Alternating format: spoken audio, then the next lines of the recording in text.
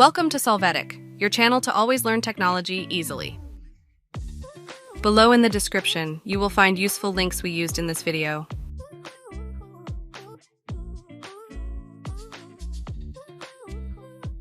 Today in Solvetic, we will see how to delete the last page in Word.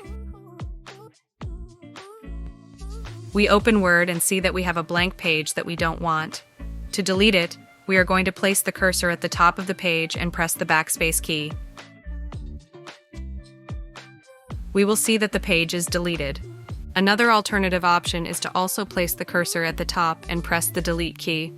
We will see that the page is deleted. Hey, remember to subscribe Solvetic channel.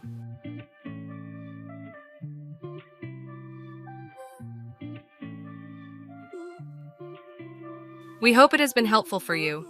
Here are links to watch more videos of your interest and subscribe to the Solvetic channel. Thank you.